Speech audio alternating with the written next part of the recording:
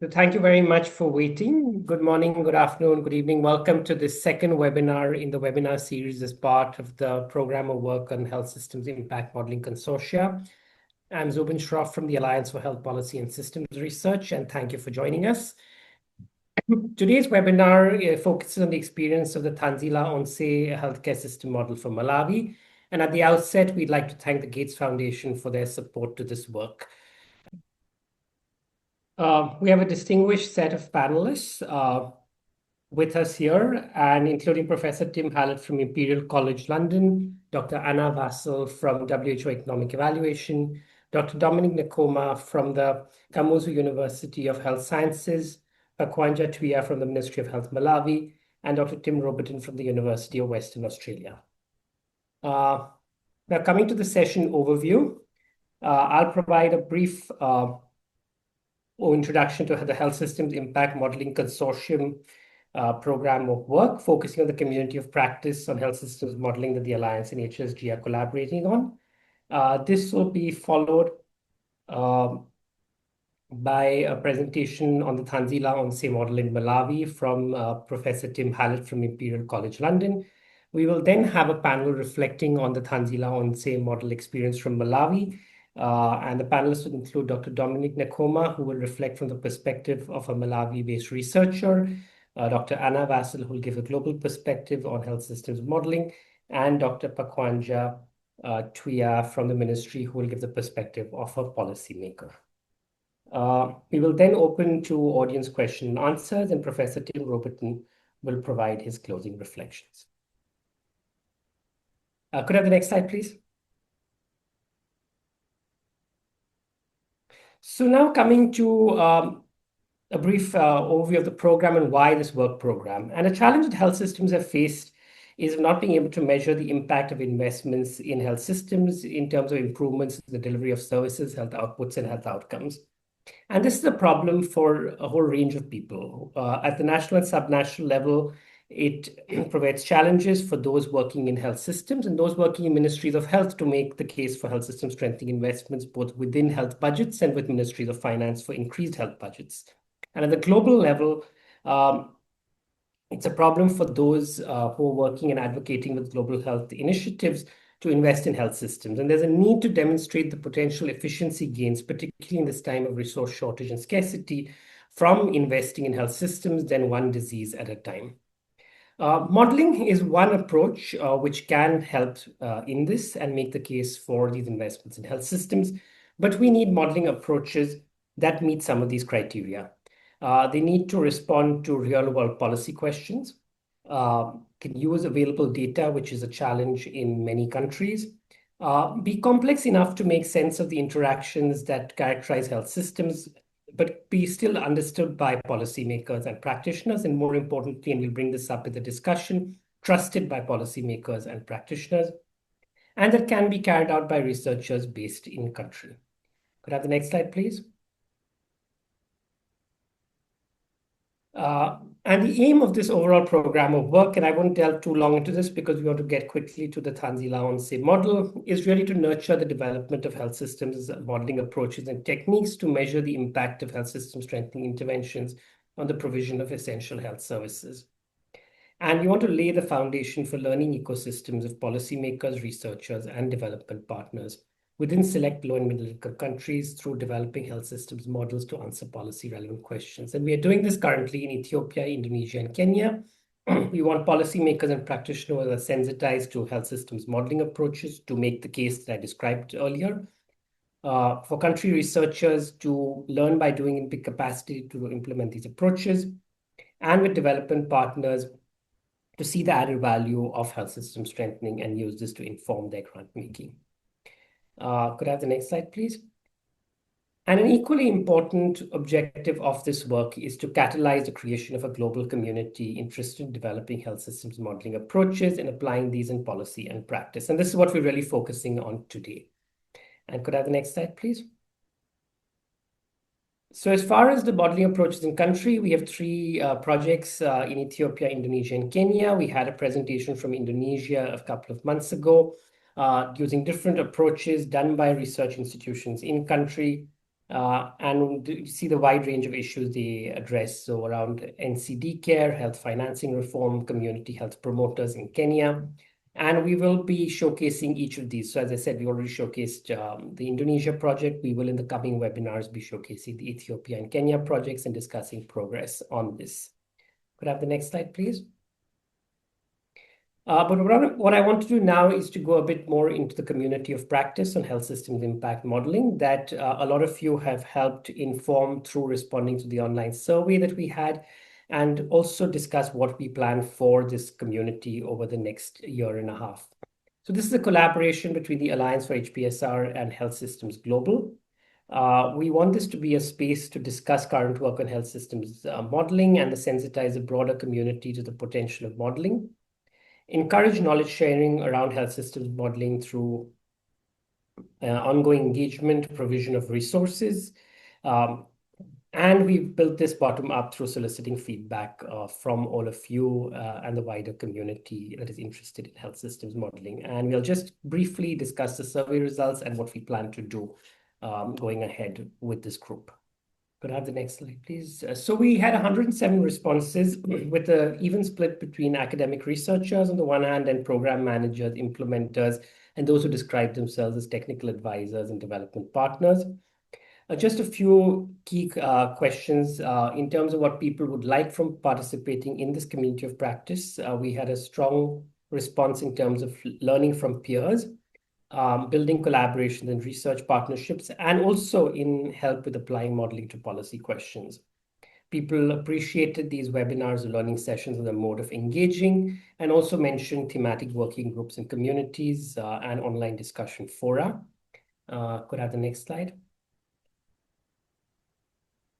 In terms of useful formats, you emphasize live interactive sessions, having some short technical briefs and summaries, and recorded webinars, and we will be doing all of these.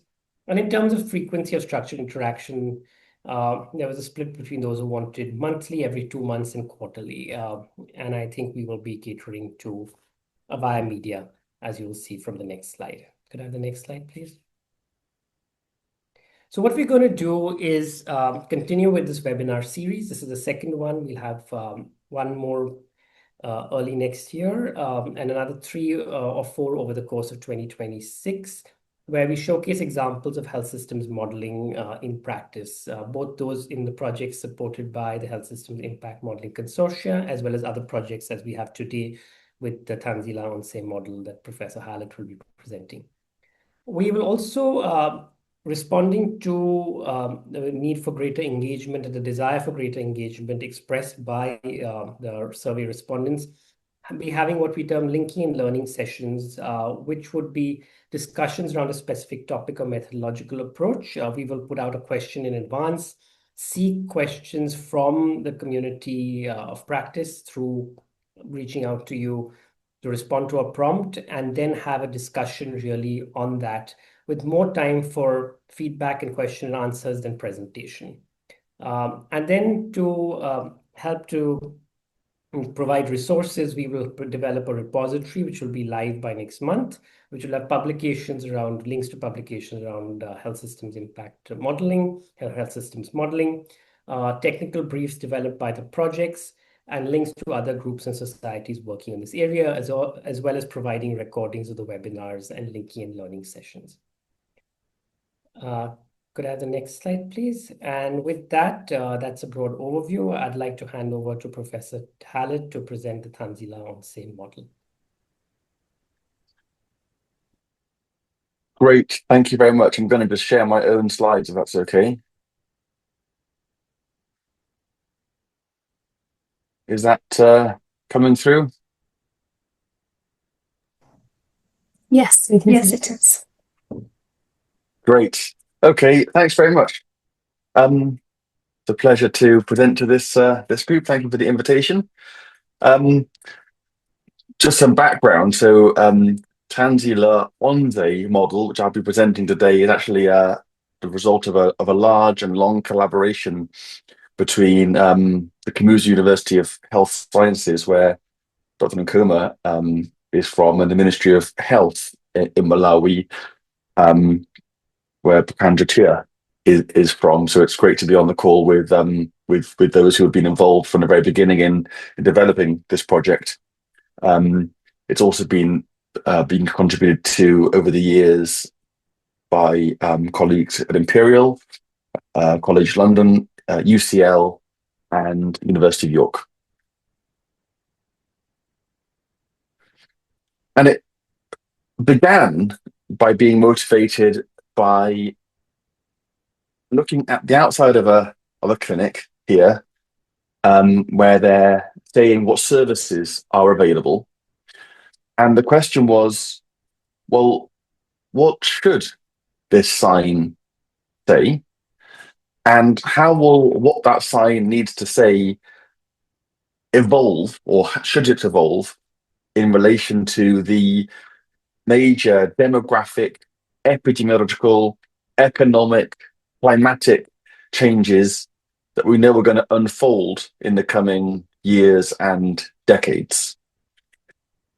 And there wasn't really analytical technology that would enable that to happen. So we envisaged a machine that could help us think through these incredibly complex problems. We wanted a machine that would enable us to input on the left-hand side data and assumptions about what resources there are available for health in a particular country, together with assumptions about how those resources are being used. And we wanted to combine that with all the latest data on epidemiological patterns and treatment effectiveness and patient behavior and clinic behavior, and turn the handle and output estimates of population health, what health could be created in the population by using the resources in that way. But this would enable us to then keep tweaking things on the left-hand side, assumptions about how resources are used and how much resources there are and the nature of them, and seeing how that propagates potentially to changes in population health. And that could be an important input among many to all the policy decisions that are taking place in Malawi and elsewhere as health system reforms are undertaken. So this looks like our machine is going to be sort of steam powered and with lots of buttons and switches. In fact, what that machine looks like is an individual based simulation model running in the computer, in fact, running in very high powered computers. On the right hand side, we're modeling individuals. We're modeling individuals being born, aging, starting, living in a particular place, perhaps moving place over time, having a particular set of risk factors, becoming married, being divorced, moving around, living their lives. And these create risk factors for diseases which will onset. And according to the nature of the disease and according to the nature of the person and their circumstances, they may seek care. And that takes us to that's the right-hand side of the model. The left-hand side of the model is representing the healthcare system, the people that are employed, the human resources for health, the consumables, medicines are available, the equipment, the beds, the facilities are available, and how these are marshaled to create an effective supply of healthcare services. So these two things on the left and the right sort of meet together, and how the balance of supply and demand is reconciled is governed by a series of assumptions about how the resources are used, which we indicate above here. And then we model the benefits of the healthcare if it's received, or the consequences of the healthcare not being received, which obviously has a feedback effect to create outcomes for that individual, but potentially also outcomes in the rest of the population if we're talking about the transmission of an infectious disease, or we have the potential perhaps to intervene early in someone's progression of a disease and therefore prevent or reduce the risk of future sequelae. So that kind of model was very new and innovative when we first proposed it. And actually, it does allow us to access perhaps three main species of question that have not otherwise been directly analytically tractable. These are how we can evaluate epidemiological changes and policy impact holistically. We can sort of reveal the impact of health system strengthening that would otherwise be hard to capture in single disease models or models that don't capture the way in which healthcare service delivery is disciplined by constraint. And we can look at the implications of different decisions around resource allocation. And in the short time I've got available in this talk, I thought I would just try and give a small vignette to exemplify each of those types of question. So on the first one, evaluating epidemiological changes in policy impact, I'm showing the work of my colleague Rachel Murray-Watson. And what we're doing is we're just taking advantage of the fact that we're modeling all these diseases at once and how they interact and how they are being driven by underlying major demographic changes to predict what the burden of disease in Malawi is going to look like over the long term. So, and we can show how this depends on many assumptions that we would make. So this is one run from the model, sort of our best guess, as it were.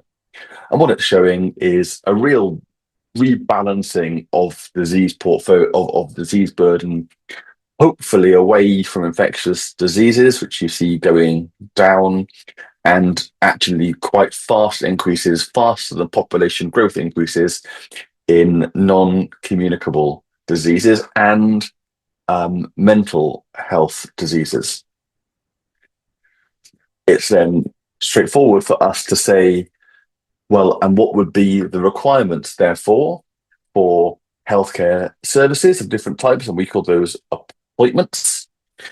And we can look at which ones are growing the fastest relative to others, and therefore say, okay, what skills mix do we need? What training requirements for different cadres will we need?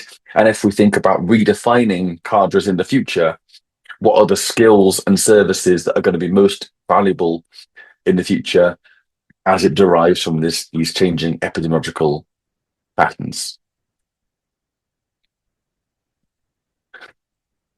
Turning to the health system strengthening point, so this is actually work that Dominic and I did together and was presented in the Global Fund Results Report last year. So in Malawi, over the past several years, you can see this on the graph on the left-hand side, there has been actually a sizable increase in the total number of healthcare workers on staff in the public sector in Malawi. It's been increasing here by almost 40% by the middle of 2024 on 2020 numbers. That's great news, but we wouldn't really have known what the health consequences of that was unless we put it into a model. And when we put it into the model, we can hopefully reveal what that health impact has been. And we estimate that it's probably saved, in just that time alone, 1.7 million dallies, or a 3.4% extra saving in dallies relative to what would have been the case, split actually quite evenly between HIV, TB, malaria, and other causes. And that's actually an underestimate, really, because I'm censoring it at the date we did the publication, middle of last year, whereas of course those effects are going to be compounding into the future. And so the ultimate impact of this investment is just going to grow and grow and grow as time goes on. Oops. Here's another example of health system strengthening, and this one has been developed by my colleague Sakshi Mohan at the University of York. The data available in the Ministry of Health tracks consumable availability and non-availability at all facilities on a month-by-month basis. We can get a really good idea of what consumables are available and what not. And that is what's being shown on the left-hand side. You won't be able to read this graph, but what it's showing you is different medicines on the left-hand side, different consumables, and different facilities, ID for particular individual facilities on the bottom axis. And the color of the pixel is showing you the probability of a stock out in a particular month. And what you see is a complex pattern. Red is that it was not available, green is that it was available, and you see a pattern whereby some facilities have lots of things missing, some consumables are often missing across all facilities, and quite a lot of structure in between. So it's clear already without a model that we definitely want to make consumables more available, but you wouldn't know what the health impact of doing so or how much a government should be willing to pay to achieve it without putting it into a model, like the Thanzi La Onse model. And that's what's been done here. So we're showing here on the right-hand side the valleys that can be averted, the health that can be gained under different scenarios under which the availability of consumables is improved. For instance, we could really improve the availability of just vital medicines. We could bring all facilities, I'm pointing with the mouse, I hope you can see it. The green bar is that we could improve the availability of all consumables in all places up to the level that we see they are already available in pharmacist managed services. So we see previously that services which are managed by a pharmacist already have greater availability. The red bar is showing what would happen if we brought every facility up to the performance of the facility at the 75th percentile. Purple bar is showing the 90th percentile. The brown bar is showing what would happen if we could bring every facility up to the performance of the best facility. And the pink bar is showing the what would happen if we brought every facility up to the performance of the sort of best, the perfect facility, everything being available at all times. And what you see is this dose response, where the more consumables are available, the higher the health gain that comes from that. I mean, just looking at the red bar of bringing every facility up to the 75th percentile, which feels like it should be achievable, would in itself increase the would it in itself increase the damage averted by, we estimate, 5%, which is an enormous gain in health, and one which we should be willing to pay a lot to achieve. In fact, looking at the cost effectiveness threshold, marginal productivity of the healthcare system, we estimate that we should be willing to pay up to $109 million to achieve that over the next 5 years, which is the lifetime of BHSSP3 in Malawi. And I think that's a really important finding. The last set of examples I give correspond to resource allocation, and this is the work of my colleague Margarita Malaro. On the left-hand side, this is getting towards what should be in a health benefits package, because we know that there are many, many more services that could possibly be provided than can be provided with resources that are available. So decisions need to be taken about what relative priority we give to the provision of different services. And obviously that has a consequence for health, which would be hard to know otherwise if you didn't have a model which represented how health gains are evolving, how interventions affect more than one health gain, and how all these different diseases are clustering often in the same individuals. So the model is an absolutely apposite tool to ask that question. I'm not going to go in detail into these different scenarios that we were asked to investigate for different priority policies for these services. But what I want to show you is that we're able, to show how different decisions about priority policies propagate to very different levels of total health being gained overall. And actually, policies which focus on the most vulnerable individuals seem like the ones which tend to give us the highest impact.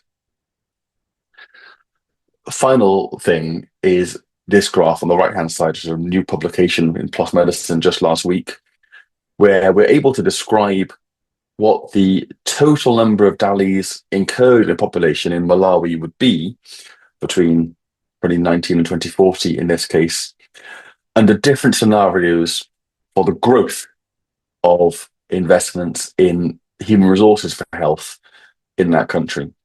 And I don't think this has been done before. What it reveals is this saturating relationship. It's a curve of diminishing returns. So at small levels of investment, you get kind of almost linear increases in health benefit for increases in investment, but it begins to saturate at higher levels.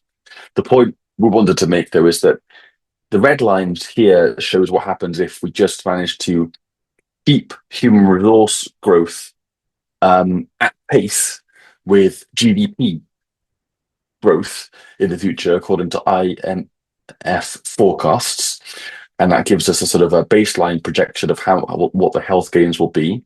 We can see that investing more at a greater rate than GDP growth, i.e. more every year, giving more and more to human resources for health, would indeed create greater health gains.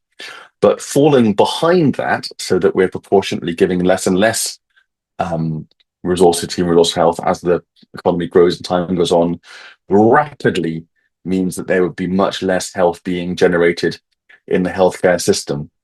In fact, at the time we did this work, IHME forecasts were projecting that we would be in that regime, and so we were able to show that actually, compared to what we would get if we were just keeping pace with GDP growth, perhaps there would be 10% less DALYs being averted than there could otherwise been, with all of the funding crises in health that's emerged since then. Perhaps we're even looking at scenarios to the left of that. In any case, what this is doing is it's really trying to, it really is making visible and quantified these important consequences of these major decisions about resource allocation that otherwise would be very hard to visualize, quantify, and argue for. All of this work is open source. TLOmodel.org points you to all the documentation, and you can also download the code and actually contribute to the code. We're always looking to work with new people to apply the model in other settings or to collaborate on the back end or the front end of the model. And I would encourage anyone interested in this to look at that website for our full set of publications and to get in contact with us through that website or by emailing me. And that's all. Thank you very much. Thank you, Professor Hallett, for that very comprehensive presentation. I think this really exemplifies a health systems model, bringing together, of course, the fact that you've modeled all these diseases, the epidemiological profile of interaction between different diseases, looking at supplies, looking at health workers, and importantly, looking at the sort of resource use, availability of resources and impacts of DALYs. And I think the point you made just now about is particularly pertinent at this moment where we are facing crisis in health financing, particularly in several African countries, with the cliffs of external assistance that countries are faced with, of the sort of dangers to health gains and the sort of backward movement that we have potentially faced with in terms of the burden of disease. So thank you very much. And it's also great that you have this open source resource, and we will be in touch to discuss how we can potentially share some of these resources through the web page that we're developing through this community of practice. And we will be reaching out to you also for a linking and learning session. So I see there are already questions, but we'll please keep typing your questions. Those will come in the Q&A, and I'll direct those to Professor Hallett. But now we'd like to move on to the panel discussion, that we have three distinguished panelists, as I mentioned at the start: Dominic Nekoma from the Kamuzu University of Health Sciences, Bakwanja Tuya from the Ministry of Health in Malawi, and Anna Vassal from WHO. And I'll provide 2 rounds of questions I'll pose to the panelists. following which we'll open for audience Q&A. And of course, we'll also give these questions to Professor Hallett.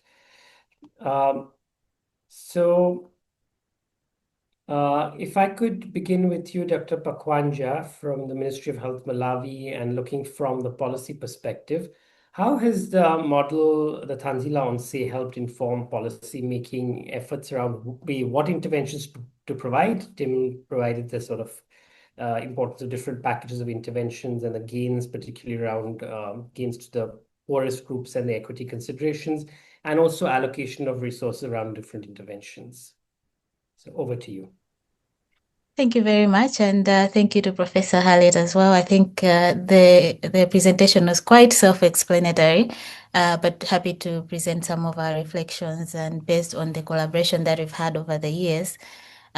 So I wanted to answer that question based on the engagement we've had with the tool and with the team developing the tool.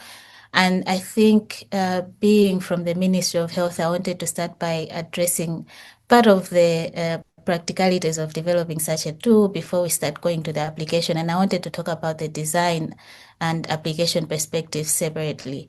So I wanted to talk about the design because I think it's a very crucial prerequisite for application in our ministry. And I think on the design side, the team has been very closely engaged with us and in refining the assumptions and getting their data inputs. And I think because of that and because of the calibration that has happened as a result of those discussions, we have a model that is a lot more closely refined and designed and I think suitable for use in our case. Now, I think to your question on the application side and how the tool has informed or has helped inform policy making in terms of what interventions to provide and how to allocate resources.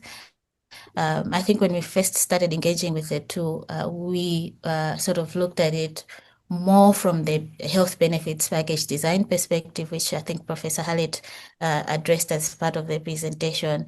But I think this tool has been helpful by addressing, I think you used in your presentation, you used the word holistically a lot, and I think that's a very important word as we're thinking about this, because I think traditionally health benefits package design in our sense at least has been based on looking at single diseases and then trying to aggregate. But I think the holistic part of this model brings in a new and I think much important aspect to health benefit design and allocation, because it's not just about which interventions to add and under what assumptions, but also what configurations need to be made and in making those decisions, being able to sort of predict or preempt the impact over time, and that is based on behavioral assumptions, changes in inputs, and I think that's a very important part of this model that has been used in terms of informing benefit package design. But I think also the fact that it's a dynamic model is very important.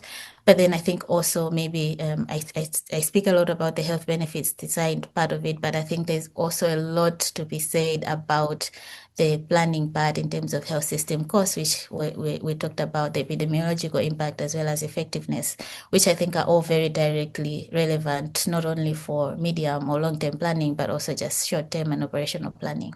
Yeah. Thank you. Thank you very much, Dr. Pakwanja. So now coming to you, Dominic, how has the Thanzi La Onse initiative contributed to enhance capacity for health systems modeling in Malawi? And how has this capacity informed the use of modeling approaches more widely in the health sector? Yeah, thanks. I hope there's no feedback.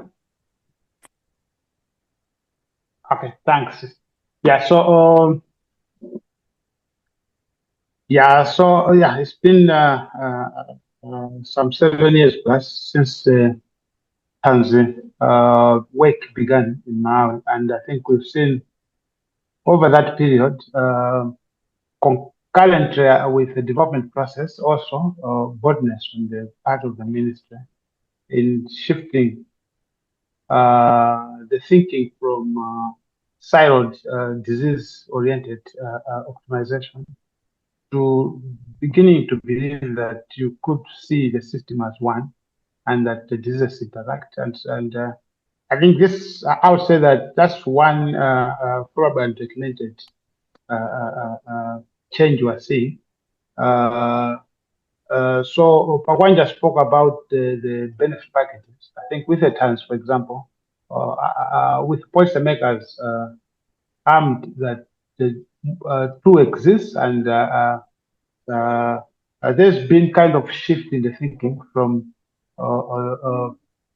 service prioritization, optimizing this benefit package across services to thinking about optimizing platforms of care. That's kind of a broad change. That's kind of been enabled that there's tools that can allow for assessing the possible consequences of that kind of body reform. And there's ongoing reform, self-delivery integration. So also extending from kind of departure from this disease-oriented optimization to system-level optimization. So there's a reform currently being piloted, but at some time we've then received a request from the minister to model that reform in the TANS model, while of course acknowledging that there's work to be done on the model. But that trust, I think that's what we're seeing growing over time. And I think, yeah, just to sum up on the first part, there are also other system level reforms, for example, direct facility financing, assessment of PPPs with non-state providers, which ordinarily wouldn't be feasible without with standard tools. But these questions have come asking that we do that for the transit, and I think that kind of shows the possible impact that the modeling work is having on how you think system-wise. And I think directly from the Tanzania, I think there's been significant capacity building. Initially with 3 programmers and economists hired, but we're seeing now government investing in the work streams they are requesting, providing the funds to add more local research capacity in modeling, hosted at the Health Economics Symposium. And so I think that's kind of a contribution that the modeling initiative has had so far already. And there's, so from the modeling side, to then also sustain the thinking, the demand, there's been training for policymakers with basic, at least initiating them in basic modeling, but with the view that in the future, then that capacity allow them to work at a more technical level on the tool. In terms of the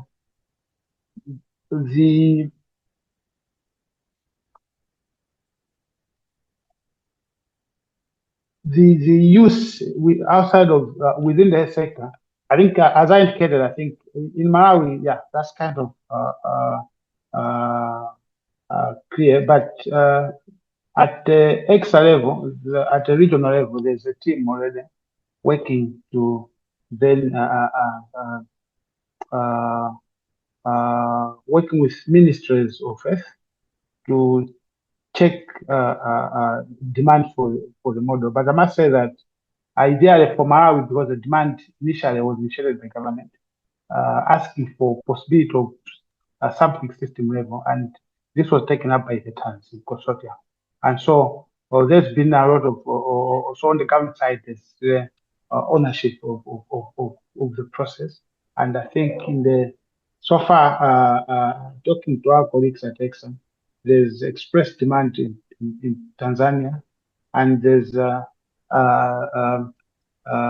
work being supported in Kenya on some models. So I think we're seeing also expansion of the demand. But I wouldn't really say that the demand here at the moment is an issue, because I think that will come. I would say the work happening in Malawi, the collaboration will kind of strengthen this idea that you can model the whole system, bring all the diseases, interact them, and I think that's what is beginning to demand. But I think with the use case already being showcased in Malawi, and I think in terms of the lessons that we see, I'll say that one, there must be expressed demand from the host country, I'd say countries, ministers of health. But initially, because they wouldn't be aware of it, so I guess you need to get market a little bit more ethically, also considering that countries would be undertaking similar initiatives if they exist. So, but once that there's demand identified, I think engagement with the policymakers, activating the systems that would enable uptake and the local ownership, I think would be critical. So for Malawi, that's been concurrent establishment of the capacity at the university, and creation of a think tank platform that has kind of been a joint decision-making co-creation with Ministry of Health. They ask the TANS team or the research they think must be prioritized on the in the analysis, and then the TANS team in that sense responds directly to the minister. But that platform must be created as an honest place where government is in charge of the questions that the investment in the modeling is focusing on. There. Maybe I can stop there unless there would be other questions. Thank you, Dominic. We'll come back to you for a second round, and I'd like to move on to Anna. And I'd like Anna to get some reflections from you, from your experience globally, on where you've seen health systems modeling. We talk about health systems modeling, but I think the proof of the pudding lies in the eating here, right? So where has health systems modeling led to a significant shift in policy or resource allocation, and what enabled it to happen in the case that it did? Oh, okay, Subin. I thought you were going to ask me the first question about WHO, but I'm happy to take that a bit. I mean, I think you've asked me the most difficult question first, because this is a really new field. What I've seen, but it's actually not this type of modeling, where I've seen, I think a number of people in this call have used systems dynamic modeling. I've seen there being uptake of the results of systems dynamic modeling in terms of operations around hospitals in various countries. I've seen it's been much more difficult. And as I say, this is a very new modeling area. The WHO I was going to talk about, but I'll do it in the next question, has been trying to use sort of systems models for a number of years. And mainly they've been used by planning departments. So mainly they've been more geospatial models that have been used to inform where to place facilities and what the optimal sort of balance between, say, facilities and HR spend is. What is new about this, and where I can't give examples unless, the examples you've seen from Tim there, is where you're trying to combine decisions about what services to provide with decisions about what kind of health system strengthening or health systems investments you need. So I think that's actually a relatively new area. I've seen examples, and Tim and his colleagues also involved have come out of not so much full system models, but disease-specific models that have tried to incorporate health systems constraints. So in some countries like South Africa, that has been useful to say, get the balance between investments in TB and human resources. But a whole systems model that looks at allocations between all services and systems, no, I think we would hope to have impact. But we're not, this is one of the first, I would say, working models of that kind. When you ask the second question, I'll tell you about WHO experience and how we have tried but found it difficult to get those models scaled up globally and why. So thanks, Subin. I hope that helps a bit. Yeah, thanks, Anna. So I'll begin with the second question to you first. We go in the reverse order, and we need to be relatively quick, because I want to give time for audience questions. We have lots of questions already coming in from the audience. So how should an organization like WHO use health systems modeling approaches to inform technical assistance, given the data challenges that we all know when we try to do these kinds of models we face? And what are the sort of caveats that policymakers should be aware of when trying to model such complexity? So thank you. I'll try and be brief. So WHO for about 15 years has basically sat behind health systems modeling. They produced the One Health tool and the integrated health tool, and it's been the approach we've tried to take. I think the issue has been developing such a tool that can be used by countries, developing that globally, that incorporates WHO guidance, not just on how you treat different diseases, but also on things like health system requirements. And it's been very, very hard to sustain because of the data challenges and also the technical challenges, some of which Tim has overcome. So we've learned some lessons about the way forward. But actually, I really think this is a very opportune point to reflect on how we go forward in this area. I think it's very hard to sustain such complex models. So we need to think about the global architecture. This community is one part of it. Of how we develop a community of practice, and rather than necessarily have one model that everyone feeds into, and what that looks like, and also what capacity development and building in this area looks like, both for policy use and those producing the models. I think we do need clarity around the different types of health systems model, and I don't think WHO gives much guidance on that at the moment to countries or technical producers. So that's something that we really need to understand better. I mean, the model, as I say, this model has a very specific set of policy uses. Systems dynamic models, for example, may be better at looking at building blocks, and they may have feedbacks in them that are very difficult in these models to parameterize.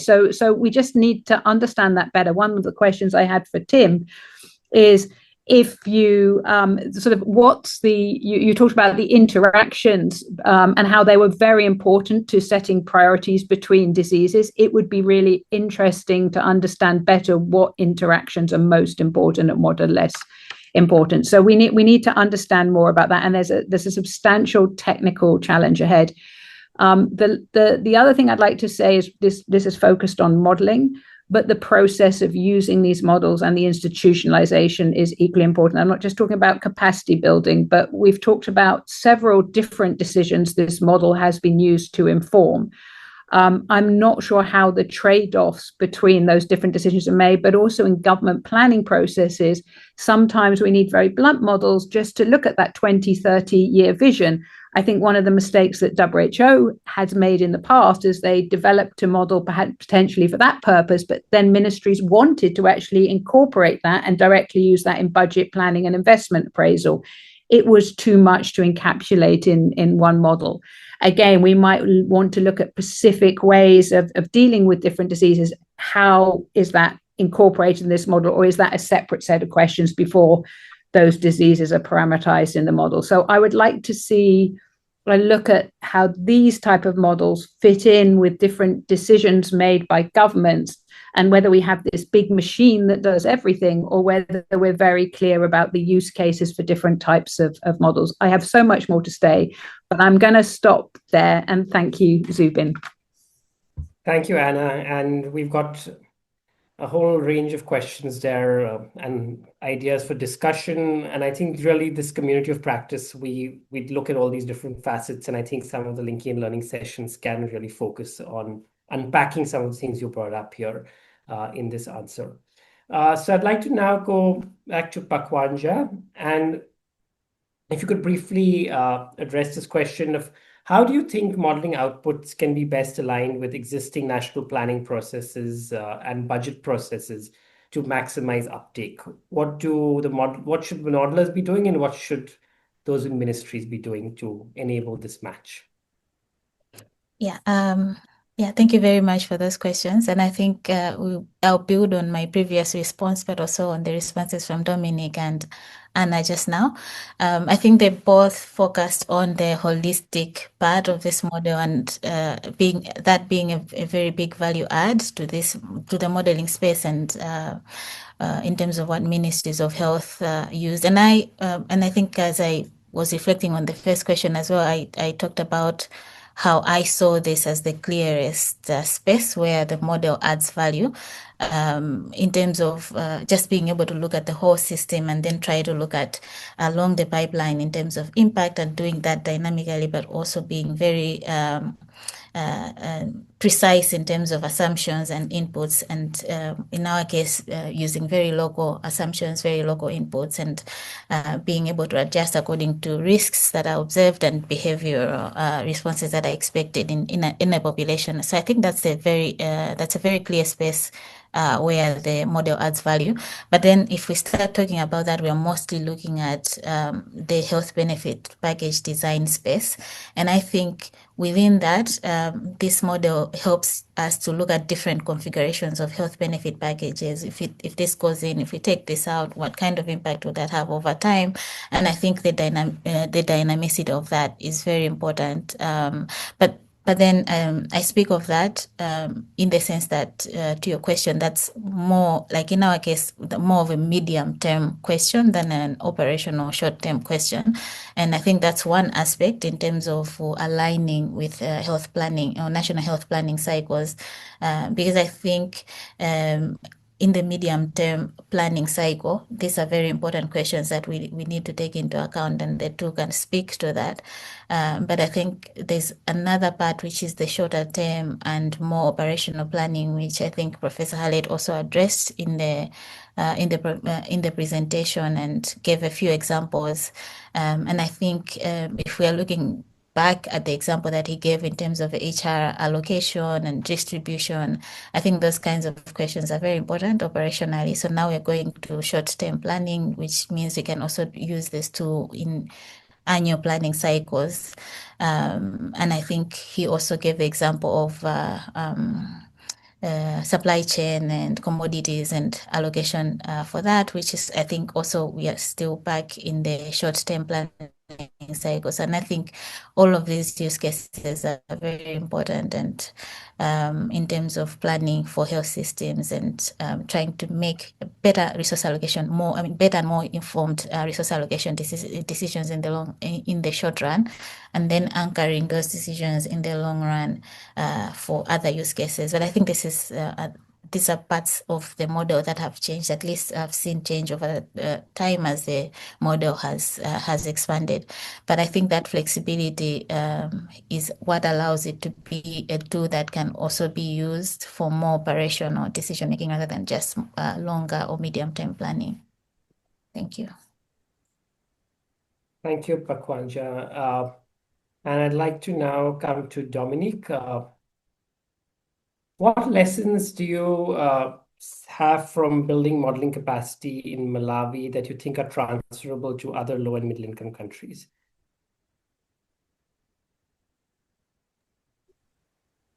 Yeah, so thanks. Yeah, I think I started touching on this. I'll say one. I think what can easily be taken to other countries is the demand the ownership of the model,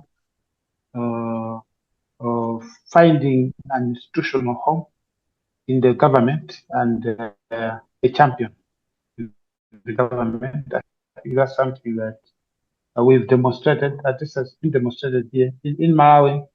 It's been the Minister of Health co-chairing the think tank, or chairing actually the think tank, the think tank meetings that discuss the modeling.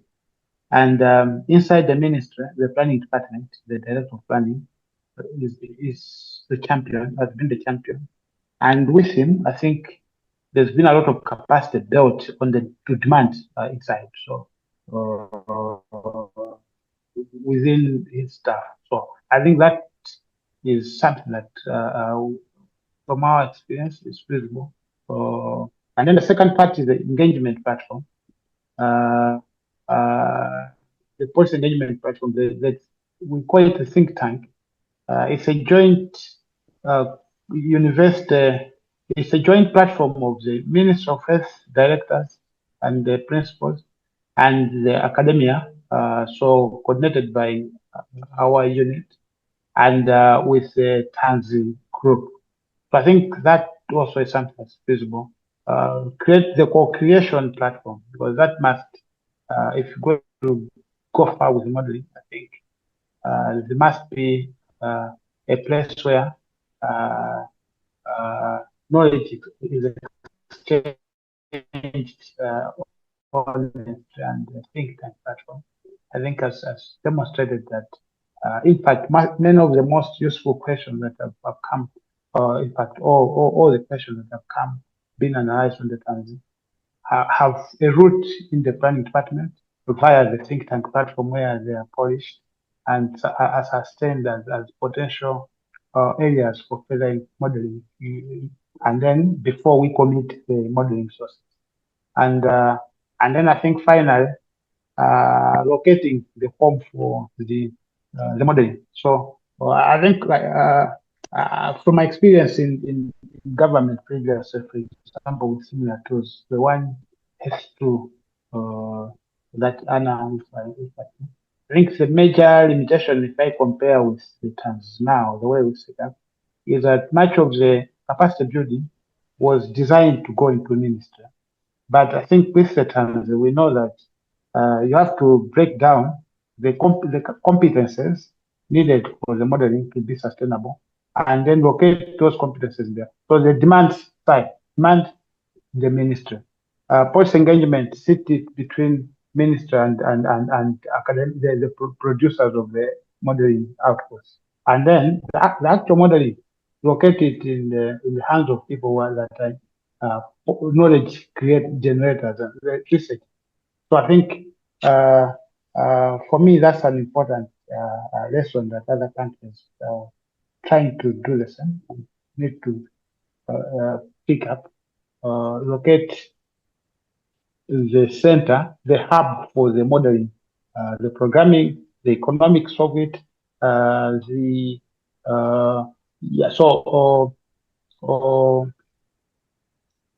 So I think I would do pick the three lessons: demand, locate in the ministry, find the champion, policy engagement, strategy between the ministry and the modelers, and then the modeling, create a local hub, but understand that this is a complex space. So the collaborations are extremely important. The collaborations are extremely important. So thanks. Thank you very much, Dominic. We now move to the questions from the audience. So please put your questions in the Q&A and not in the chat. We have some questions already for Dr. Hallett based on his presentation. But if you have any further questions for the three panelists, that is for Professor Anna Vassal or Dominic or Pakwanja, please do put them in the chat. So I'll then, in the meantime, pose some questions to Dr. Hallett. So one question there was, have you been able to validate your model in any way in a real world situation? Though I think if you've been using it for policy and practice, so but this is one question which Sharon Fon has posed, and I'll present one more question and then you can answer them together. I'm not being able to take all the questions. Shona has posed a question: what are the assumptions on the effect size of different interventions on health impact, and how these determines, example, the effect of consumables medicine? Understandable, but what about quantifying other systems level effects? And how are those quantified? So if you could take those two questions while we see if there are further questions from the audience. Sure, yeah, thank you for those good questions. What about validation? Um,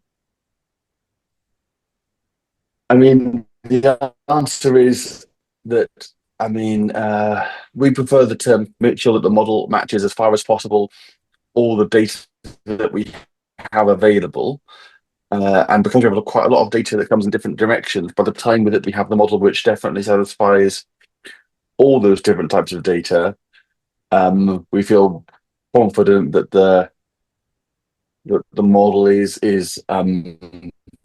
directionally correct and able to be useful. That's like an internal external sort of calibration checks where we confront the model with data that wasn't used in its development, some data that we held back, and some data that we actually collected ourselves in a recent set of fieldwork studies. And we're in the process now of basically examining the extent to which the model was able to reproduce those patterns as well. Preliminary indications seem positive.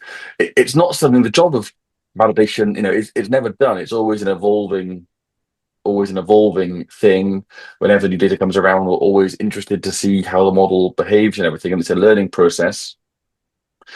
And I just say as well that it's a question often asked of models about validation, as if it's like a binary, things are either validated or they're not. In practice, this is a model. It's a deliberate simplification of a very, very complex system. So it's not going to capture absolutely every nuance absolutely all the time, but that doesn't mean it can't still be useful. As was mentioned in the discussion, sometimes very simple models can be very helpful in a dark room. Even a candle can sometimes be useful and shed a lot of light. Now, Shona's question about effect sizes. So yes. So when you're looking at effect sizes of particular therapeutics or prevention interventions, and so on, these are represented in the model in the same way as they are in every other model. It's informed by literature, basically, and the very best literature will be trials of that intervention in that particular place. And so we're using that wherever we can. But I think if I heard it right, the question is actually more around how we represent the impact of these sort of health systems level constraint things. But perhaps you're asking most around the human resources constraint, because that is a hard one to capture. The way we do that is we know how many staff there are at each facility of each cadre. We know how long each type of appointment and each service should take. We know from the data how many different services have been provided at each place and each time and so on. So we've got a very good idea about what's going on right now. And so, for instance, one assumption is to say, well, what if there was no growth in human resources? In 10 years' time, the number of appointments that would be needed might be 20% higher. And so, all else being equal, 20% of the appointments can't be done. And so then we've got to make assumptions around, well, which 20% are not done, and that's where the priority policy assumption comes in. Or we could say, okay, there are efficiency gains, so that actually, even though there's a 20% increase in need for appointments, that's only a 10% increase in the time needed for appointments, and therefore, so the debt is 10%. So these are the kind of assumptions. I've described that in a very sort of cartoonish way, but I hope that gives enough of a sense of how it's done. The Malaro papers that I presented give like chapter and verse in exactly how we do all of that, and it's a really interesting topic. Thanks for that those responses. Come to two other questions. One question from Sharon is around looking at healthcare interventions versus health promotion interventions. She asks, if you look at the future burden of diseases being largely NCDs, have you looked at the relative impact of sugar-sweetened beverage tax compared to provision of services? And it would be interesting to show the impact of health promotion versus healthcare interventions. And that Yeah, I'll so, leave to you. sorry. Yeah, go ahead to address that. And then there's a question for everyone. Okay, on that specific question, the answer is no. But we could and probably should do that.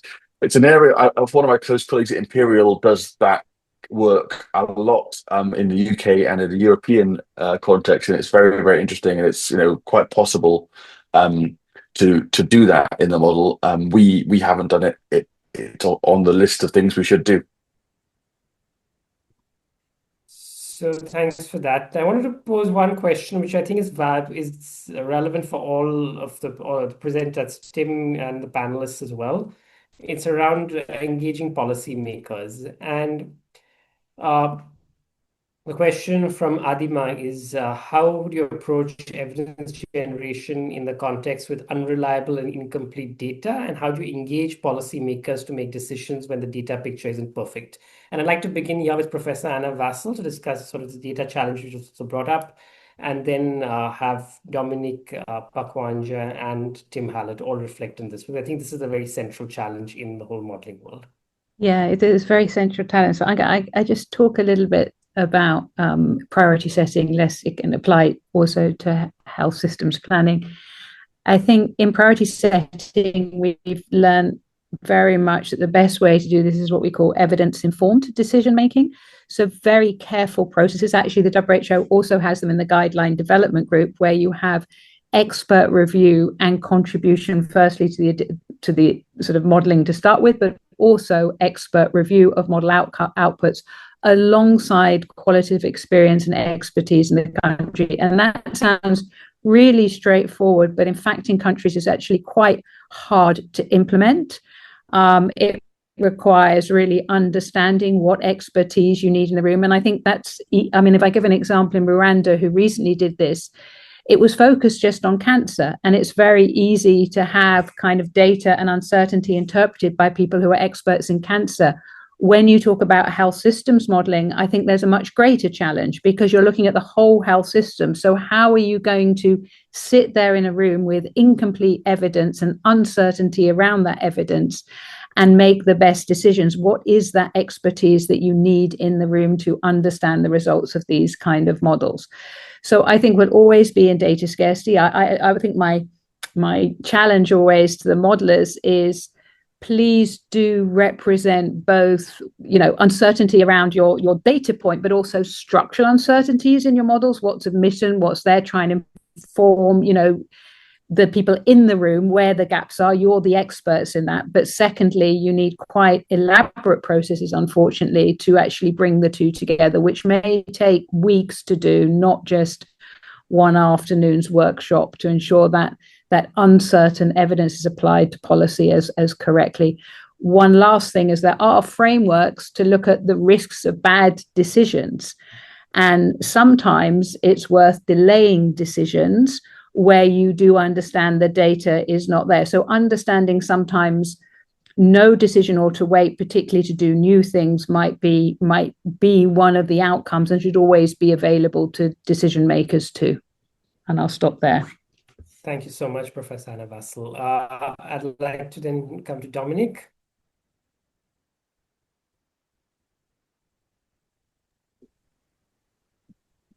Yeah, so thanks. I think that first of it, I think data would represent a major issue for adaptation. Yeah, so for Malawi, we haven't thought, because it's been part of the investments or the data process, and so. But I think with the collaborators, I think until we sit down to decompose the investment in the data and the investment in the technical aspects of the model, I think it's quite early to think about but I would then still rush to say that that's been deliberated. For example, how future versions, how we update the models given the heavy data requirements to have it up and running. And so part of the conversation now is to begin to explore the potential linkages between the model and administrative data sets as a first step, so that what is already being produced in the system would come through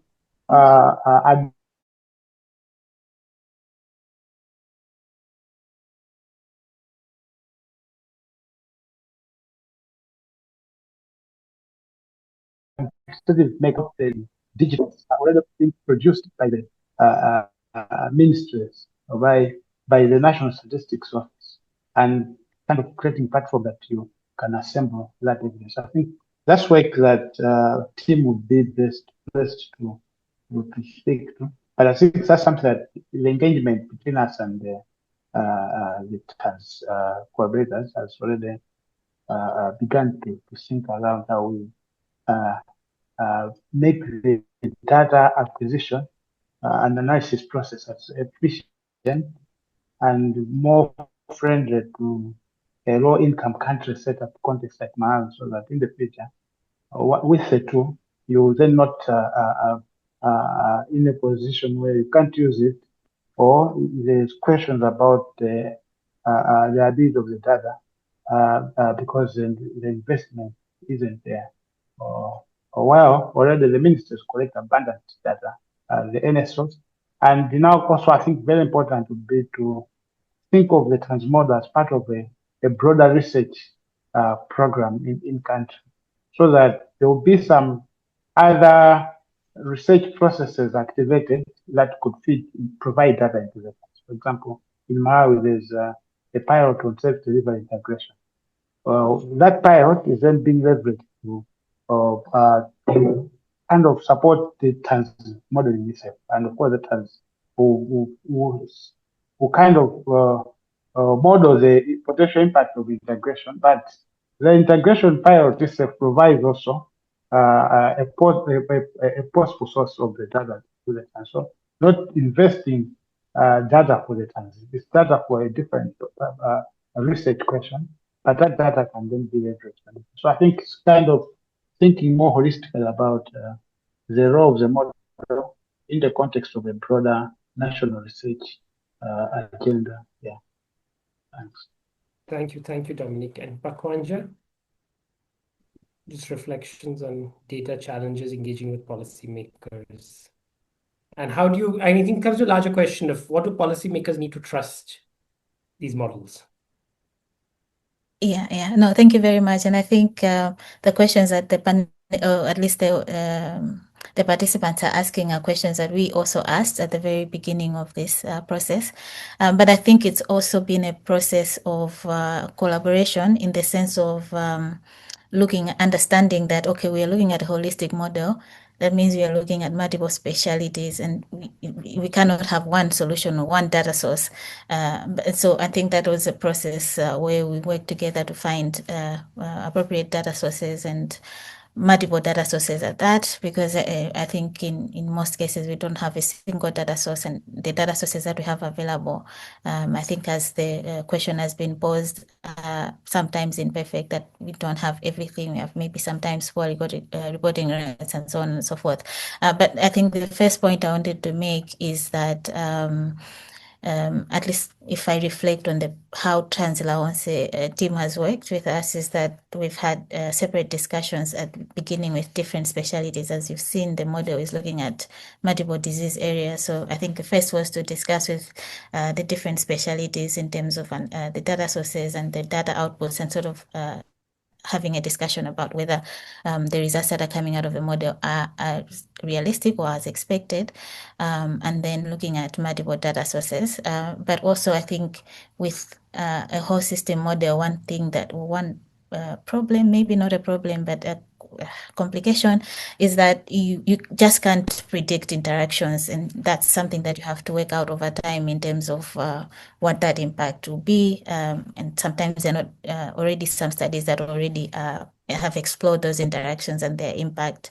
And so that's where I think what Professor Vasa was talking about earlier is important, the tools that are available to us, uncertainty analysis, and then reflecting on what Professor Hallett was also speaking about earlier on calibration. And just now you calibrate based on the observed values and hope that over time your model is getting better and better at predicting what is actually going to happen.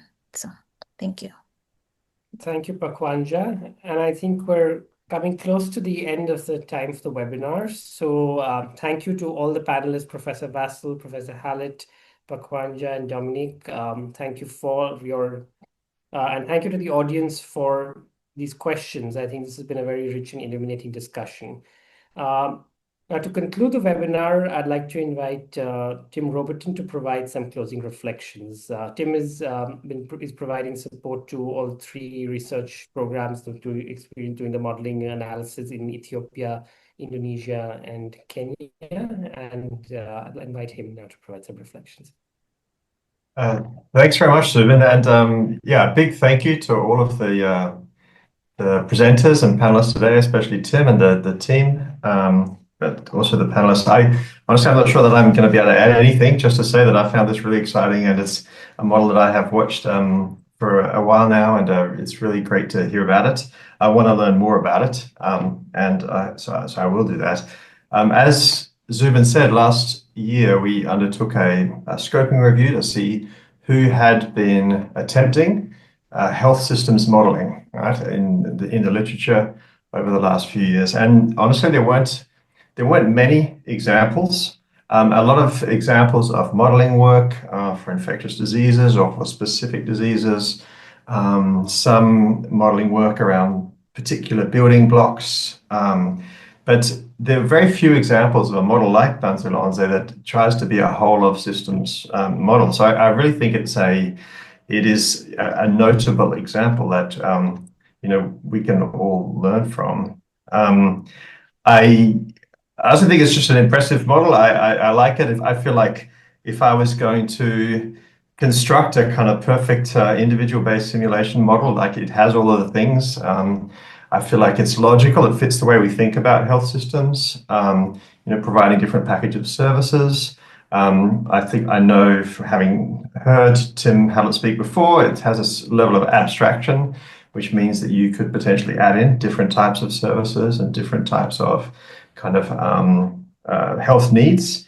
It's open source, which is great. And I guess most importantly, it's been used, right? And it has an ecosystem around it. And not many models do. There's been a lot of the few models in the literature that I've sort of read about are either sort of speculative or they're more academic. There are very few that have led to kind of sustained institutional engagement, which this has. So I think that's really, really fantastic. I think the challenge for health systems modeling is quite vast. It's going to take us time to build up these different approaches. I think the Thanzi La Onse model has benefited from, it seems like to me that it's benefited from time and kind of patience and investment, building up team, interest, trust, and then working on the model over the time. So that's perhaps a lesson we can learn, that we can't just spin up a model very quickly to kind of understand the complexity of a health system. So I think that's good. And yeah, I'm excited to see where it goes. I have a real question in my mind as to whether, if I had $10 million, which I don't, but if I had a lot of money to invest in health system modeling, would it be to just further and expand this kind of TLO model, or would it be to to develop different approaches and kind of let 1,000 flowers bloom?